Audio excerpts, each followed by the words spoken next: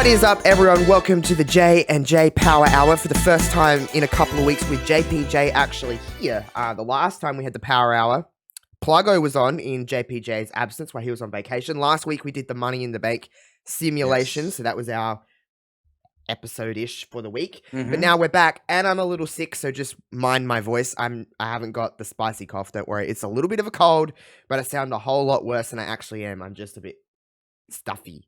I can't really explain it. But we got a lot to get to in today's show because I got a lot of thoughts on my brain. But I know this is kind of starting on a bit of a downer note, JPJ. But, you know, it was, 4th of July weekend this past weekend or this past week. Yes, yesterday actually was the 4th of July for us. And I'll just put this out as a blanket statement, and you can just disagree or agree as you go. But celebrating independence on this time in America seems a little odd. Correct. Yeah, I wasn't. I partook in family festivities. I went to a cookout on Sunday. I went to a cookout on Monday. I saw both.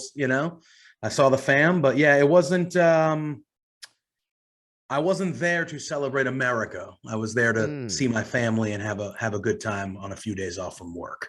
Yeah. So it's definitely, speaking as an American, there's not much we should be celebrating about currently, especially, I know we did the Money in the Bank thing last week, but the last time we really had one of these regular type episodes where, I feel like we always try to stay away from politics, but we somehow talk about it sometimes. But with the decision at the moment, with the decision of the Roe v. Wade, and basically this country saying that we don't give a fuck about women or their rights to fucking anything, but they do give a fuck about guns.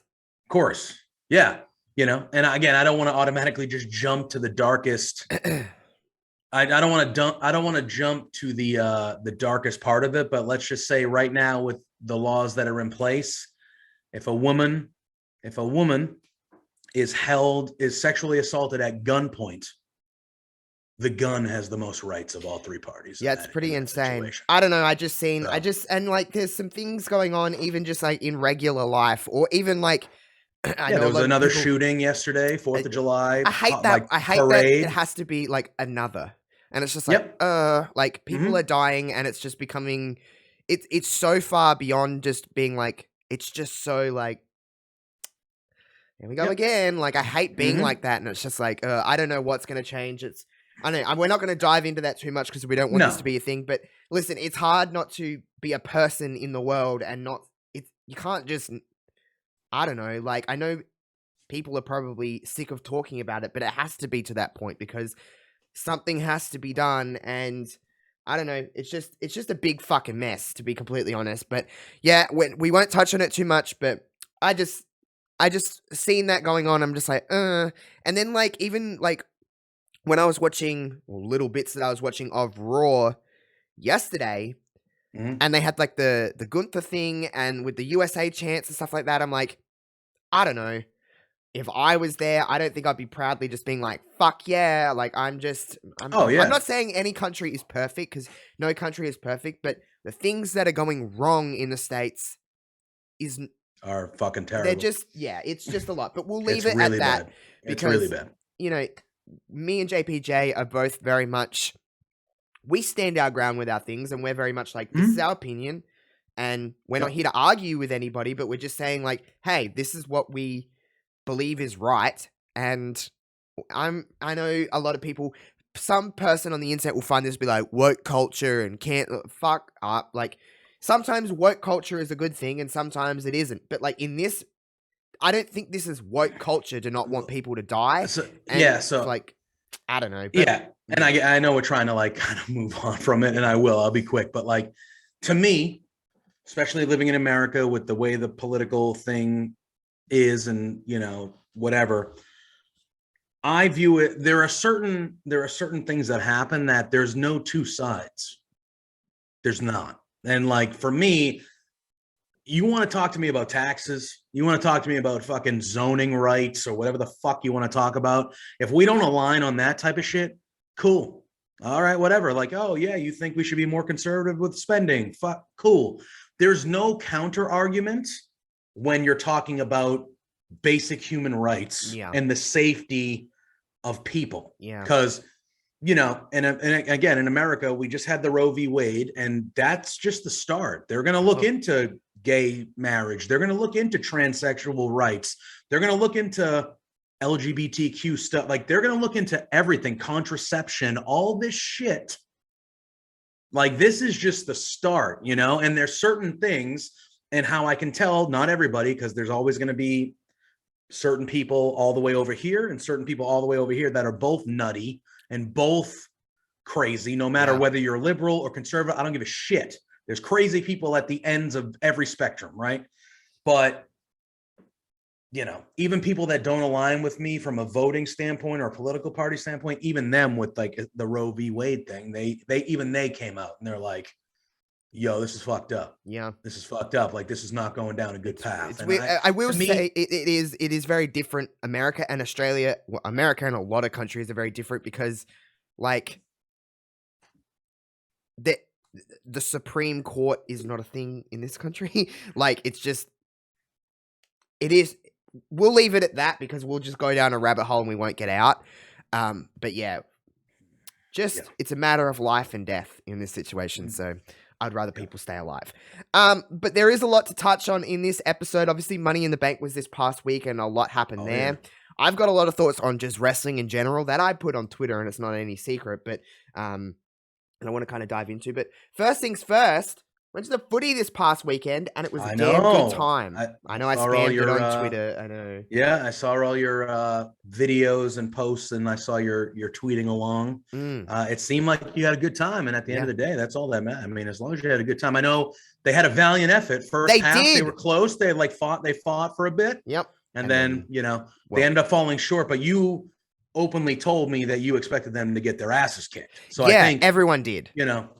So they held their own. They fought. That was good. That's good. They showed a little like fight, the first, so we got there and like we're like, this is gonna be pretty ugly. But it's gonna be a massacre. Support your team and you love your team. Yeah, of course. And Melbourne, who are, so anyone that doesn't know, I'm gonna explain it in layman's terms.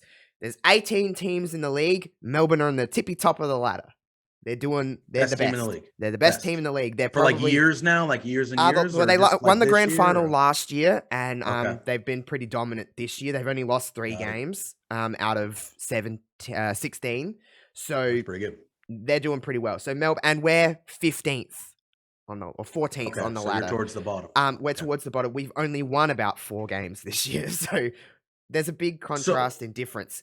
But so they kicked 3 goals within the first 3 minutes of the first quarter, and we're like, oh no, this is bad. And then the Crows come back and they kick 4 goals, and they're in front at the end of the first quarter. And then they fought in the second quarter, and then the third quarter happened, and they started to dip a little bit. Then they fought back in the fourth, and we're like, this could happen. We're within a goal, and then Melbourne just kind of been like, our dicks are really big. Let's exactly. We end up getting beat by 20. Let's stop fucking around and end this shit. They end up winning by 29 points. But I mean, we now is that a decisive victory? I wouldn't say decisive.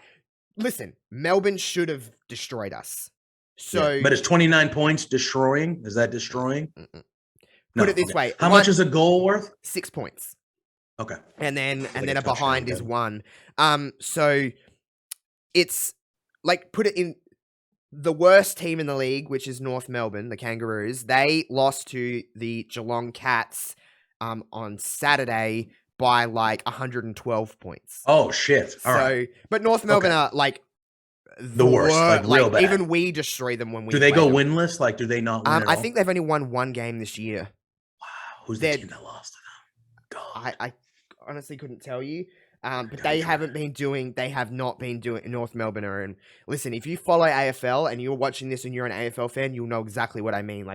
It's all just it's just not good. They're not doing well. I feel bad for them because it's I know what it's like to watch when you just watch your team and you just get their asses kicked week in, week out, and you're like, oh my God, this is so hard. But you just stick with them. That's what I do with my team, and Listen, we fought hard. We had a really good time. I've already got my tickets booked for the end of the month for another game. Nice. So I'm actively choosing to be away SummerSlam weekend. Oh well. I will be at Summer. I'm going to SummerSlam. You're going to SummerSlam, so I won't even be home to watch SummerSlam live. So I'm gonna have to catch up if I can. Listen, I got a whole thing of wrestling that I'm gonna get to in a minute, but I thought I'd talk about football for a hot minute because I'm starting to, probably people are noticing, I'm tweeting a lot more about that kind of stuff and a lot less about wrestling. I'm playing a lot more of that kind of stuff and playing less wrestling stuff. Wrestling is fading fast for me. Again, I'll get to that in a second of why. But yeah, I had a really good time. Damn, sports games, I'm sure it's the same in the States. Damn, it's expensive to buy shit at sports games, like food, and because you've got no other option. Like, you've just got no other option. Like, my cousin was like, I'm going to get a beer. Like, I just want, like, a glass of beer. $20. You know, it was $12, but, like, you're paying, like, that's like a $5 cup of beer. Yeah. So, like, she was like, oh, I'll sip this. I'm not going to drink this too fast because I'm not spending. I even went to get food at halftime, and I was like, yeah, I'm not paying this much for a bottle of water and some chips. I'm just not doing that. But yeah, I had a damn good time. We're in really good seats. You've probably seen JPJ on my Twitter. I had really good seats for what I paid for. So I had a really good time. We had good people around us, like other fans, and we're right in the midst. So like they set up games weird. How the ticketing works is like you can nearly buy in every area except for certain areas. That's like the Melbourne cheer squad. Like they'll come wherever Melbourne goes, and it's like behind there, that like on the other side, and they have their, you know, so it looks good on TV. So you have some Melbourne supporters, but like where I was right in the midst of the Crows supporters. So people were going crazy. Everyone had flags. Like it was a real damn good time. It's very tiring going to a sporting event is so tiring because you're like, it's just, you're in the midst of it. It finished at a weird time. It finished at like 7 p.m. my time because it was an afternoon twilight game. So like, by the time you get out, you have dinner, like get home. It's like, oh my God, like this is such a crazy, it's such a long day, especially when I'm traveling a little bit to actually get to Adelaide because everyone knows I live a little bit outside of Adelaide. But the next one is a night game, so that's going to even be more prime time. Yeah, it's like 7 p.m. on a Saturday night. So I can't how wait. These games usually last what, like 3 hours? You say 3-4 about hours? 2.5, 3 hours. Yeah, okay. Roughly. Not like bad. because you got to remember it starts with if there's anything. It's timed, right? There's halves and stuff. Yeah, like so is it timed? Yeah, so there's 4 quarters. Four quarters, so four it's 20-minute like quarters, but you got to remember Gotcha. umpire stoppage and stuff like that. So it usually goes for about 30. So you just 120 minutes, 2.5 hours. Yeah. But by the time you stop in quarter time and half time and stuff like that, halftime, man. So like you've just got to it's just kind of 2.5, 3 hours is usually a rough time. But yeah, we're playing another hard team at the end of the month. So, but I assumed we'd get creamed here, and we didn't get creamed. So I'm happy, and I had a really wonderful time. But yeah, what I was going to say is that I'm starting to interact with more people on Twitter now that are kind of football fans and they don't even care for wrestling. So, and I will say, if anyone thinks that wrestling fans are the worst in the world, football fans are just as fucking bad. So the toxic fandom is everywhere. Trust me. But yeah, we're having a good time. I've been off of streaming I've been a little sick. I've been busy. Money in the Bank was on. I'm going to try and get back into streaming this weekend and get back into my footy streams and stuff like that. But yeah, had a really good time at the football. I can't wait to do it again. And I don't know. The off season is it starts in September. The grand final's in September, but then the women start. So I can watch the girls for a little while, maybe get some memberships to go to a few of the women's games, which I've never done before. I've never watched the girls play live. So maybe I'll go and do that, and because they run until the end of the year, so because the off season is long. It's like 6 months, and you're like, I just want football. Nothing. Yeah, because I don't watch any other sport. I don't care for other sports. I mean, that's how I am with American football. American football goes from basically August to February.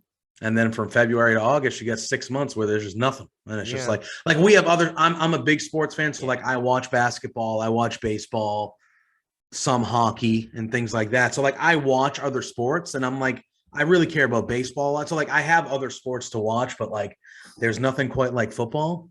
There's just nothing quite like it. And it's a void. When it's not there, it's a void. Oh my God. And it's just like, man almighty. Like now July. So like now the teams are getting together and like doing like their summer workouts to ramp up for the season that's going to start in 6-8 weeks, So like now you start to hear the news of like, sadly there'll be a handful of people across the league that have major injuries and they're out for the year. And like, you'll start hearing like, oh my God, this person in camp has showed up in great shape. They're balling out. Like, oh, and you start when you start hearing all the stories like that, and you're like, oh fuck yeah, you start getting pumped like, because we're getting towards the end of the season, a lot of draft news is talking like, is there going to be trades? Who's going to come where and who's going to go where? And that stuff is exciting. So like, I guess in the off season of that, you've got the girls playing as well, so you can kind of still tune in. And now the girls have got pretty much a full league as the same as the men for the first time this year. So we've got. Is it cheaper to go to the girl? Like, are they? Yeah, because I think we had a talk before. You said like, well, they're newer. They're newer, so there's like far less teams, though, right? There's far less teams. This is the first year they're going into. The season starts in August. August or September? August or September. The girls start. They do have shorter seasons, but they have more teams now because I think there's 4 new teams. They're going up from 12 to 16. I think there's 18 in the men's. Yeah, so I think by next year, I think they're going to have a full league.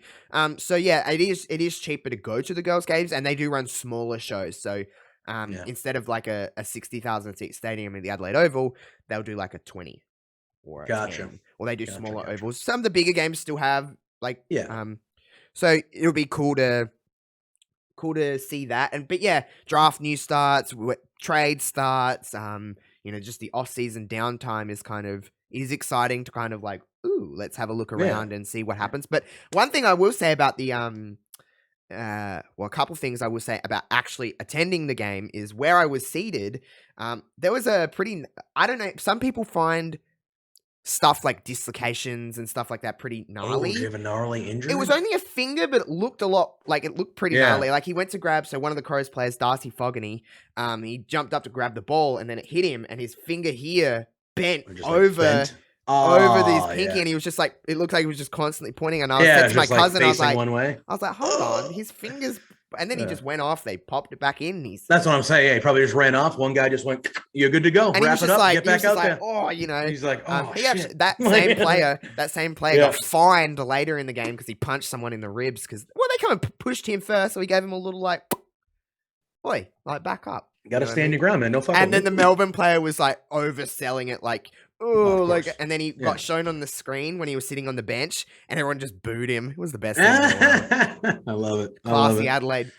Classy Adelaide fans, of course. Well, this team that you went to see, they're the best team, but they're not your rival. Your rival's the other Adelaide team, right? Yeah, Port Adelaide are So Port and like them. So there's 2 showdowns a year. One at the start, which is usually a Crows home game, and then one at the end, which is a Port home game. Same stadium, but obviously home game, Port gets more tickets to blah, blah, blah. So there's a showdown in round 23, which is the last round before finals, and Port and Adelaide will not make finals. Play each other. They always play each other, though. And it gets heated. Yeah. If I went to a game, like that game, the Port home game, in Crows fit, I would probably get spit on. You know how sports are. Pretty gnarly. I would be. And Crows won the showdown at the very beginning of the year.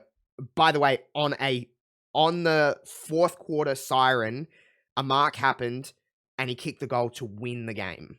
Nice. So it was heated. Exciting.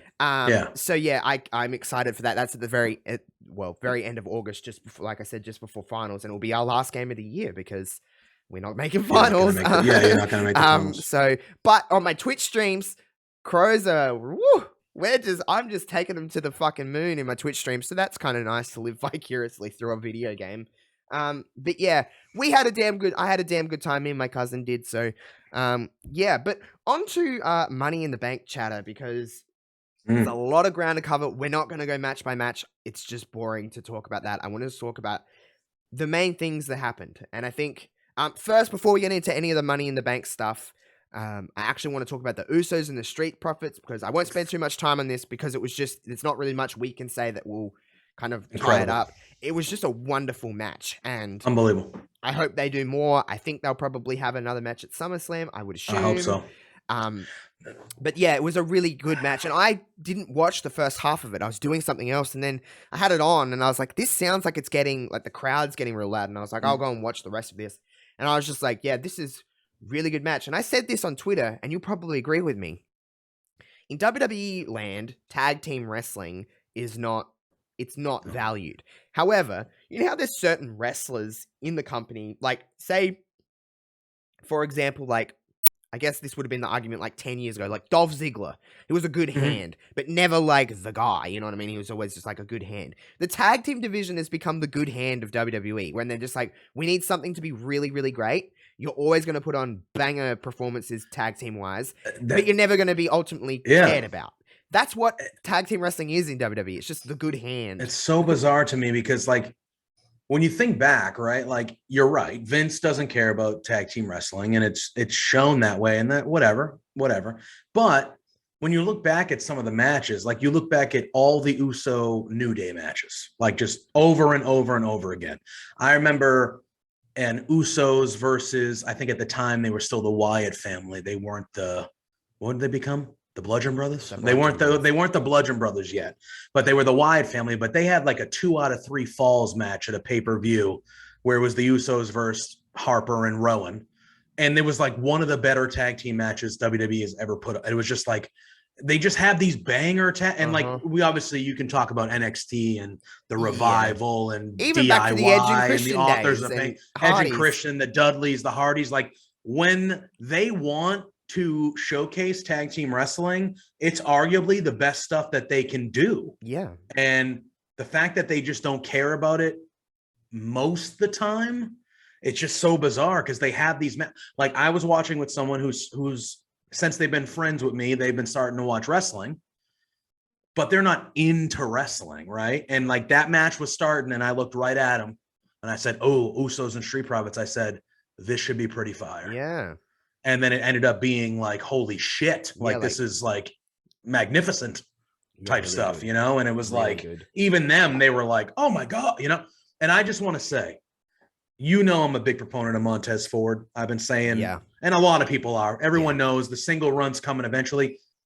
Angelo Dawkins showed out. Yeah, he said, in that match. You talk about Montez, talk about me. The stuff that he can do like for a 6 foot whatever he is. Dude, he did that tope where he flipped and landed on his feet. That guy's 280. Yeah, he's like 6'4", 280. And that move that they did, where he did like the running charge into the back suit, that was one of the better new looking tag team. Like, I just, all 4 of the, it was just, it was an incredible match. And we're not going to say anything about the Usos, not out of disrespect. We just know they're great. Yeah. I mean, but yeah, that match tag was teams of all time. With a match with 2 ladder matches on the card, like a show with 2 ladder matches on the card, and that's the best match of the night. You're doing pretty well. But we'll talk about men's Money in the Bank first, because we have a lot more to cover with the women. I'm not going to sit here and say that I paid attention to this whole match. I did not. As soon as Theory got announced to be in, I'm like, well, that's the end of this one. That's how I felt. Listen, you know, I have no problem with Theory as a character. I have no problem with Theory as an in-ring wrestler. I think he's pretty good in the ring. I have no problem with his promos. I have no problem with his positioning. I do have a problem with him as a person. And yes, I cannot separate the person from the character when there's stuff like this involved. I just cannot do it. That's the problem I have with Theory. When everyone's saying like, oh, WWE should push young stars, then we get Theory and then we all complain.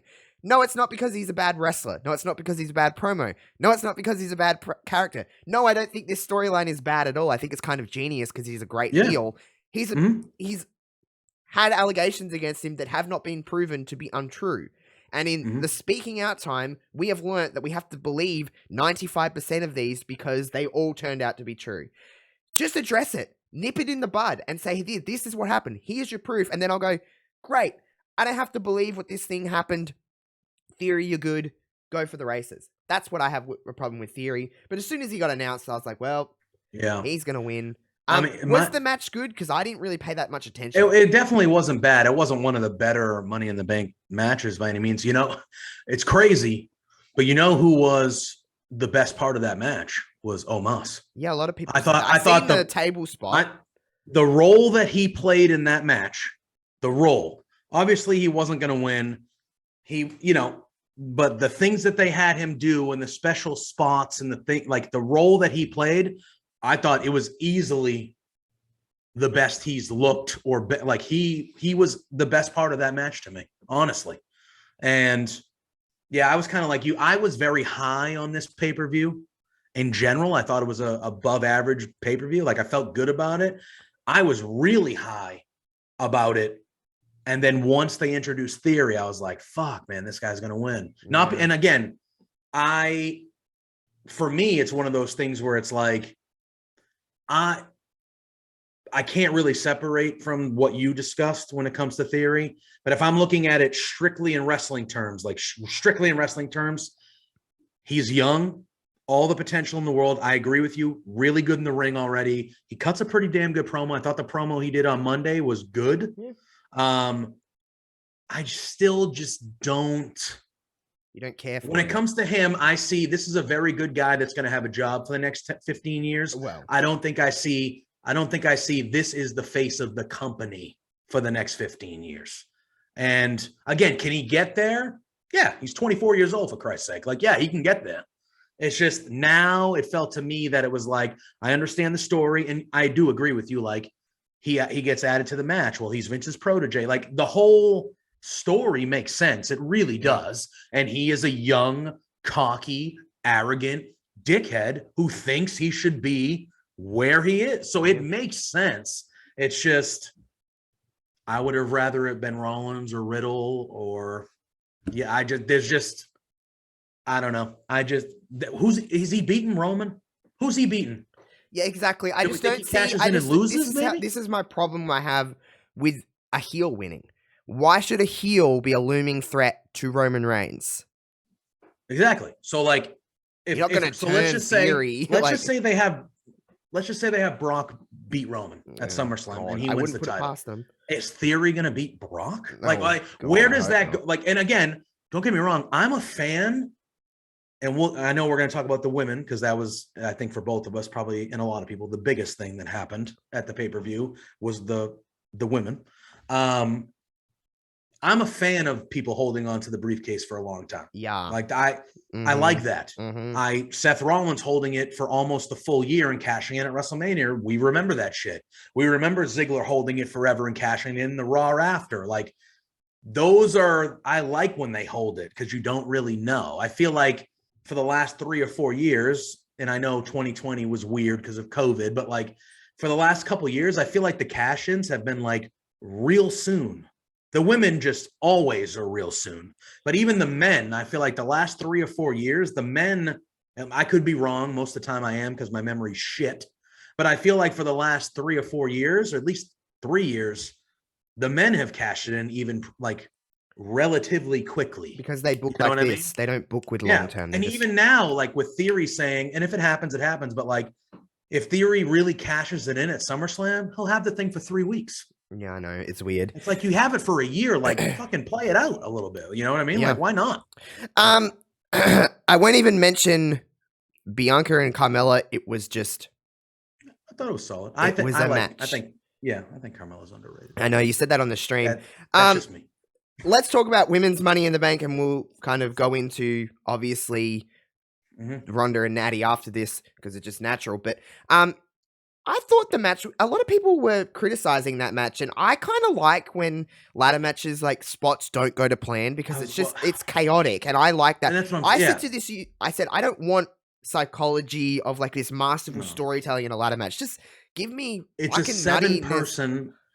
a 7-person ladder match. Like, is everything supposed to look crisp and clean and all also, this shit? What? The word supposed to, how do you know it wasn't supposed to go exactly like that? Yeah. So I just people are giving like a lot of shit to Shotzi and like, I know. And like, I get it. I know you're not a huge fan, like the hugest fan of her. And she's for me too, but like she doesn't deserve that shit. Like, come on. You're not a fan of someone and then calling someone all of these vile and claiming someone should be fired. I'm like, are you for real? Like, I would be the first to admit that I've never really understood the appeal of Shotzi. However, I'm not saying that the woman should be fired, and I've never commented on the fact that I don't think, how am I to know how to wrestle? I don't know how to wrestle. Yeah. She does. I just think but we won't damper on that too long, because I'm sure everyone under the sun will have an opinion on that. But the match itself was fine. I like that women go on first because they get a hot crowd. Everyone's really over, except for Raquel Rodriguez.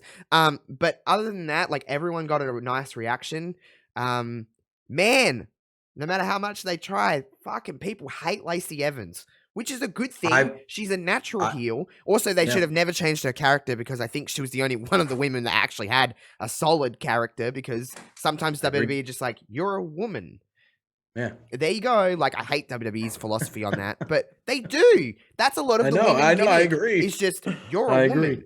It's just, there you go. But, like, Lacey had, like, what was it, the sassy bell, or what? Sassy, the Southern Belle, sassy like, Southern that was Belle. It was a good, simple gimmick, but now she's just, I was in the Marines. Now the character is, I'm a woman, but I was in the and now military. You just get booed even heavier. Like, she was climbing the ladder, and people were booing, which is a good thing though, because that's a good thing though, because she should be a heel. She should be. Yeah, it's better to get that reaction than people climb when they climb the ladder and everyone's like, oh, she gets a lot of unnecessary hate, because I think she's quite solid in the ring, and I think she's gotten a lot better than she's progressed really nicely, and she's like I don't. She was my pick. She was my pick to win the damn thing. Like, she's a good. She's an athletic woman too. She's really quite good. We obviously mentioned Shotzi. I'm not going to talk too much about Raquel Rodriguez, because she had that one big spot where she was supposed to deadlift the ladder with them on it, and it didn't go. Fucked up. Obviously Becky and Asuka, and probably Bliss to a certain degree as well, were your let's keep everything working together, especially Becky and Asuka. Obviously, they were the kind of centerpieces. They had that nasty ladder leg drop. Then the ladder didn't break, which I think would hurt way more than if the ladder snapped. I think it was cool. Them two, they had a no-holds-barred match on Raw. And we complain a lot about WWE running rematches. And yes, at this point, they've had like 400 matches. But they main event Raw all the time. And they always provide good stuff. Yeah. Like that no-holds-barred match I watched on Raw. And it was really good. Listen, I'm just paying attention to the women lately, because I'm just so far deflected from wrestling that I'll get into it in a second. But obviously the finish of the match is like what I've wanted last year, what a lot of us wanted. Liv Morgan finally won, got a huge reaction, and then immediately I went, let's let this just buffer. Let's build Liv to be this natural. By the way, Liv Morgan is a natural babyface, so in 2 months she'll be a heel. Mark my words, because that's how WWE portray things. I just don't understand. We haven't had like an underdog top face woman in a long time. They've always been like kind of badass or the heels. There's been none of the, you know what I mean? Like, Sasha, when she was a face champion, she's not an underdog. Like, that Sasha's good. Bianca's not.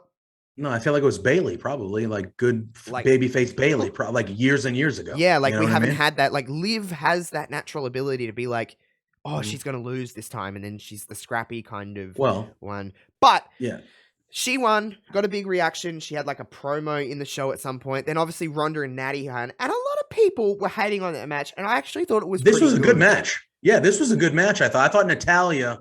Listen, I don't care for either of these women. And I know you, me and you are similar with Natalia. Although she's been fire on this. She's ate Ronda alive. One thing that we've always said, even though we've always said that we don't dig Natalia, she's one of the all-time best in the ring. She's one of the all-time best females in the ring ever. When Natty finally hangs up the boots, there's going to be a huge hole, because she is the most dependable man or woman on that roster. You can slot Natty in, and it just works. Whether you think it's I thought that match was really, really. It exceeded my expectations. Maybe that's why. Maybe that's why. It's because I wasn't really caring for it going into it, and then I was like, hey, this was pretty good. Obviously, they had the Ronda stuff with the leg. Natty tapped out to an armbar. Natty was getting cheered, which isn't like that says more about Ronda Rousey. Ronda is just more. She's just totally in the neutral zone with people where people love her.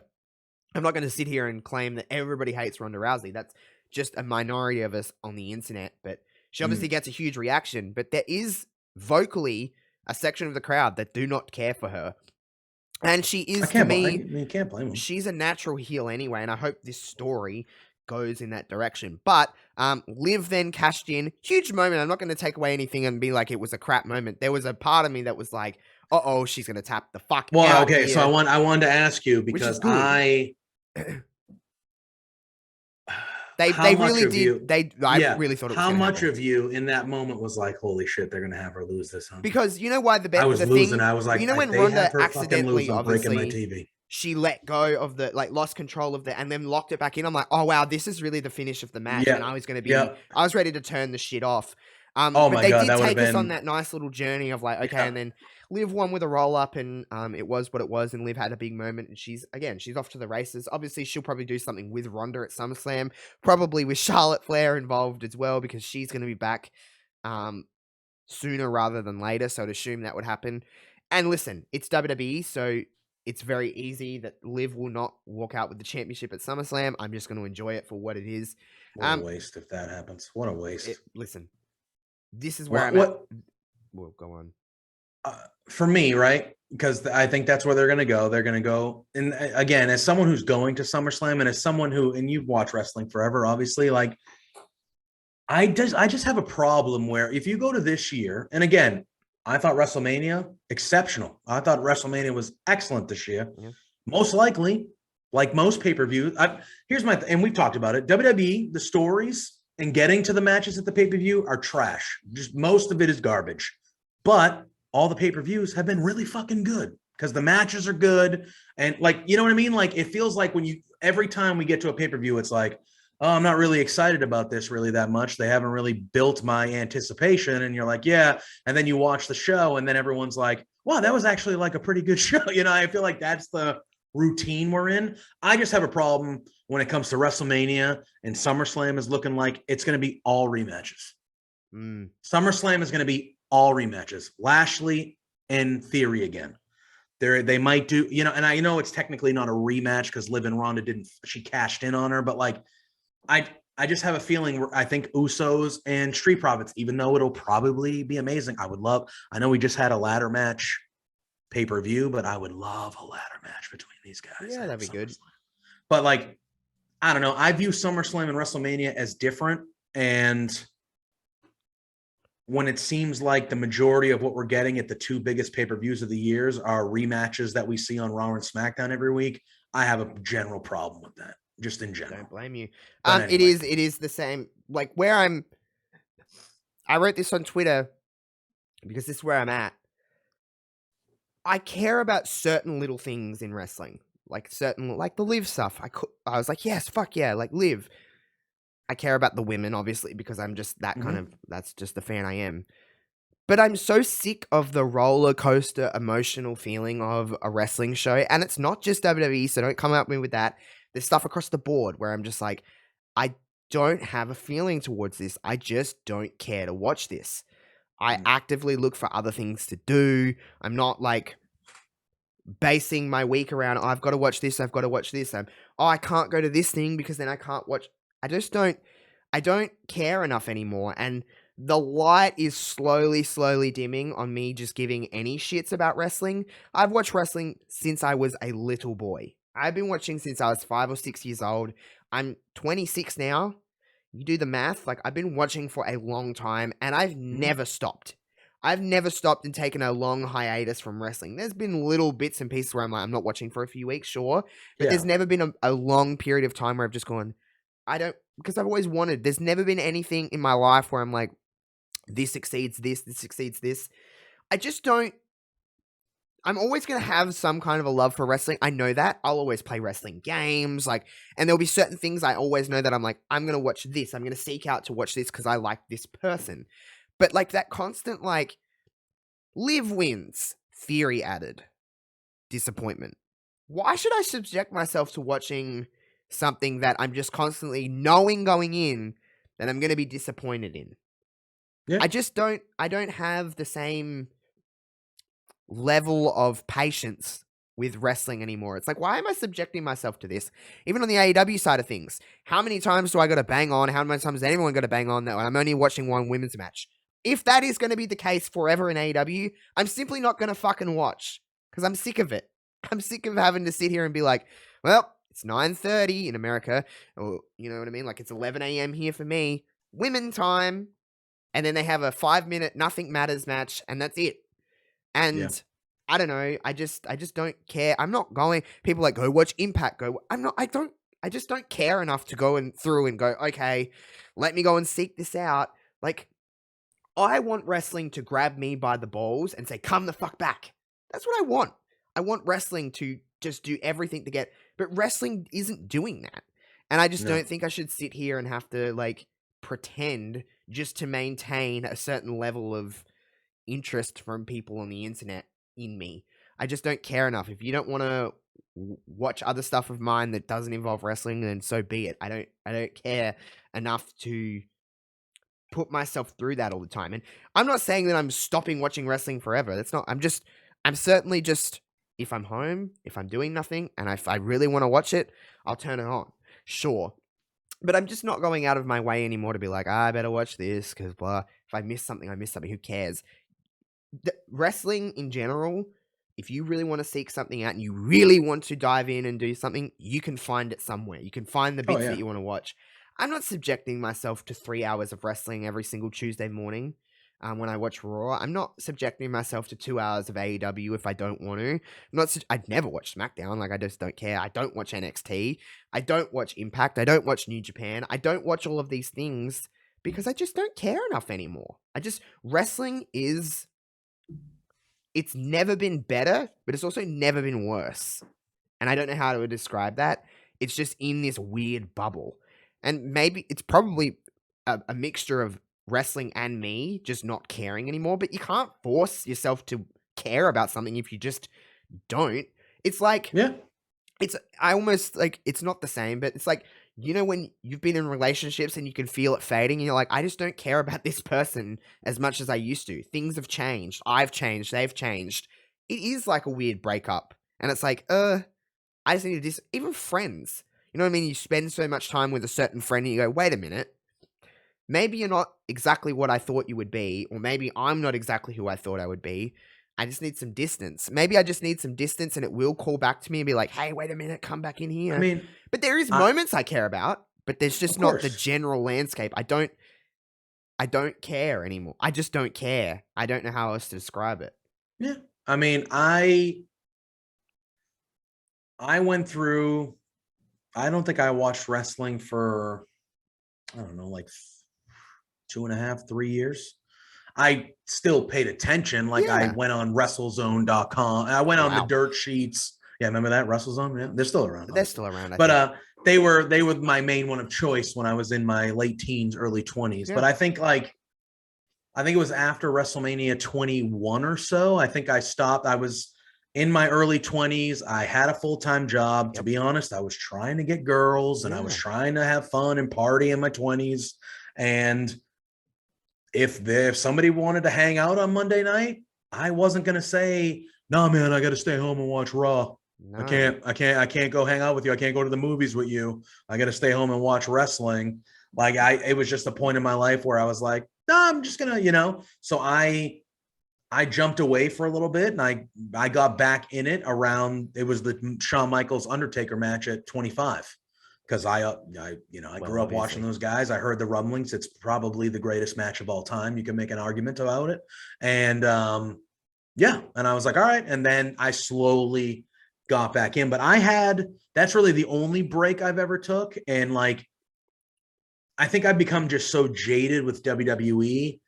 I'm fully on board with your women taking AEW. I think that's a general take from most of the wrestling community that they got to get their shit together when it comes to that. But in general, like AEW makes me feel like what it sounds like you're missing right now. Like I watch AEW and that 2 hours and I don't watch Rampage every week, but I do watch it, but not live.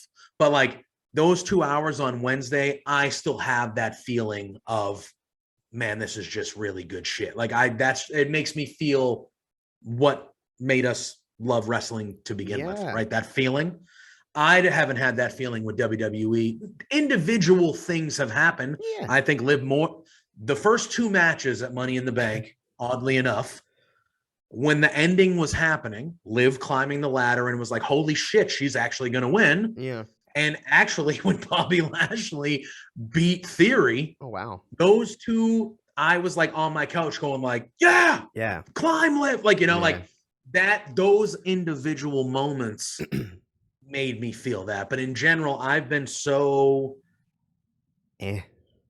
with WWE, I'm just like I don't know, and it's been that way for years. It's weird because like I watch certain things, right?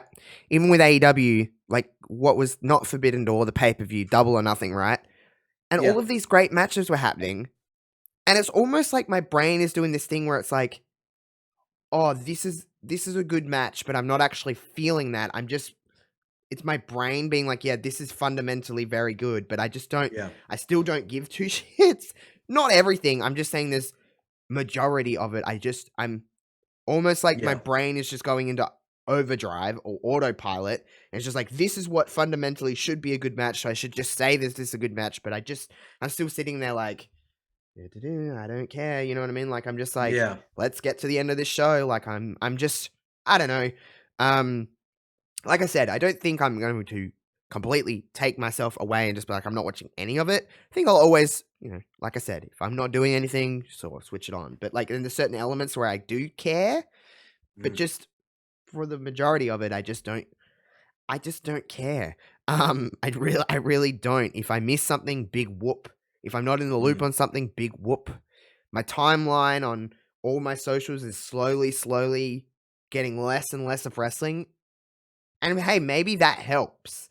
Maybe that'll turn me around and go, oh, I'm not seeing it all the time, so I should seek it out and actually watch what I want to watch because I'm not so much consumed in the world of this all the time. And I do think that the social media aspect of it does play a factor. Yeah. 100%.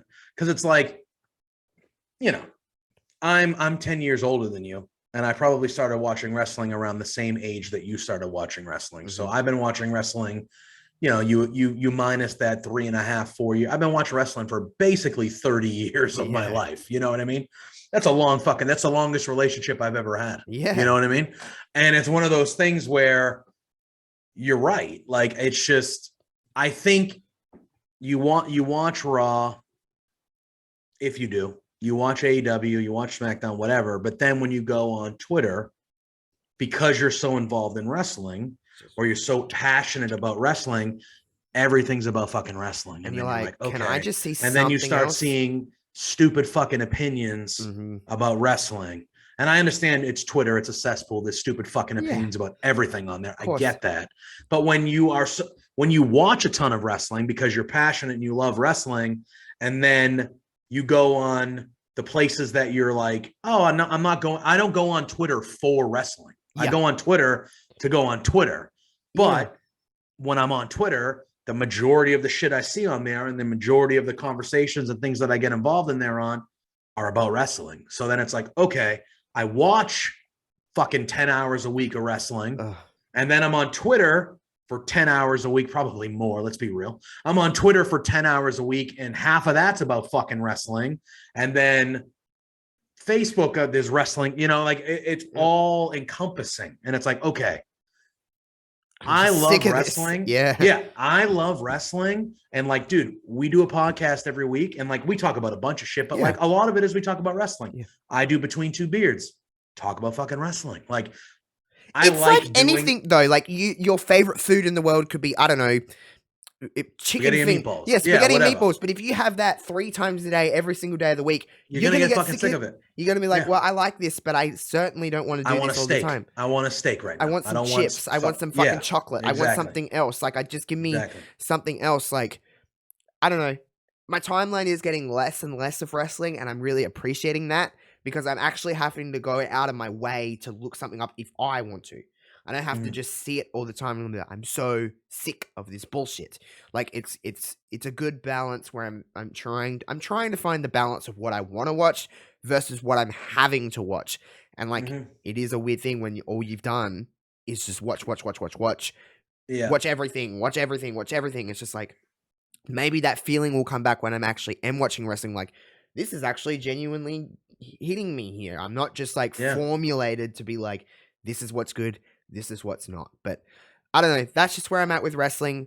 My voice is getting more and more fucked up as I go, so we're going to wrap things up. But who knows? Who knows what will happen? There's nothing else that we really need to touch on because we've kind of touched on everything. SummerSlam's in a few weeks. As you know. I'll be there. You'll be there. I won't be watching live, at least. I'll probably catch up. When Theory cashes in. Well, here's my prediction. Brock and Roman are going to fall off something. Oh, yeah. And then Theory will run in and pin one of them. It will be the worst thing in the world. Okay. So if it's a last man standing match, but he cashes in. I don't know. Dude, does that make it on the fly? Is he then in? Knows? Yeah, if he's in it, is then, you know, because my theory is, no pun intended. My guess is Roman and Brock are going to absolutely beat the shit out of each other, last man standing, as you would expect. I think they're either going to fall off the stage through a table. They're going to have some giant fall or some giant moment, and they're both going to be laid out. And Theory's going to come out, and he's going to cash in, and he's just going to stand there and not lift a finger. And Brock and Roman are going to get counted 10, and Theory's going to be the champion. That sounds awful. And then Theory, this young, cocky, arrogant piece of shit character and potentially piece of shit human, is going to brag about how he won the title without doing anything, like without lifting a finger. Like it just fits his character. Right. Exactly. But it fits his character. That's what I think is going to happen. It's not what I don't want it to happen. I would like him to lose when he cashes in. But that's just, I'm already seeing it in my brain. Like, that's what's going to happen. Can't wait. And we're going to run into the Theory as our universal champion. It's going to be like, okay, well, cool. Here's what we're doing. Wonderful. So, anyway, on that note. On that note, you can find us on Twitter, all that kind of good stuff. Our social media handles are on the screen. What else do I need to say? Nothing much, really. By the time this comes out, I might be back streaming. If not, catch me on the weekend. We'll be back next Thursday, 9 p.m. Australian Central Standard Time for more chit-chats. You know what we're really overdue for is a nice episode about fucking music. Okay. We need to talk about some music next week because I hope that within the next little bit, Paramore finally have some new fucking music because they've been teasing it. And I would like to get some. We've had My Chemical Romance come back with a banger of a tune. One of my all-time favorite like screamo bands is Alexis on Fire, based out of Canada. Yeah, Dallas and they just released an album. Yeah, Dallas Green from City and Color. Yeah. I love City and Color, by the way, because it's very chill. Yeah. Alexis on Fire is not. No, but he does. My brother loves Alexis on Fire. He is the clean vocalist of Alexis on Fire and the guitarist. Yeah. But they just released their first album in 13 years, like 2 weeks ago. Exactly. So music is in a very nice little pocket. Music is something that I can never get enough of, really. Music is great. So we need to have a nice chit chat about. We've had music episodes before, but we haven't talked about just like what's on our playlist at the moment. What are we vibing? I think that's like a nice episode to do next week, unless something bonkers happens in the next week. That's what we'll do. We'll just talk some music. So if you're a music lover, which I mean, you're a psychopath if you don't love music, to be completely honest. So we're gonna break down some things because I'm listening to a lot of new not new artists, like new to me artists and new to me bands. I'm kind of discovering in pockets lately. So we can break that down next week. And we have similar music tastes, but we also have very different music tastes, which is a good thing because it can kind of give us two spectrums of what we're listening to. So next week, 9 p.m. Thursday night, Australian Central Standard Time, right here, you can find a nice little music chat. But until then, all the links to our stuff is in the description below. Leave a like, share, comment, all of that wonderful stuff. Until next Thursday, folks, we are out of here. Peace the fuck out. Bye.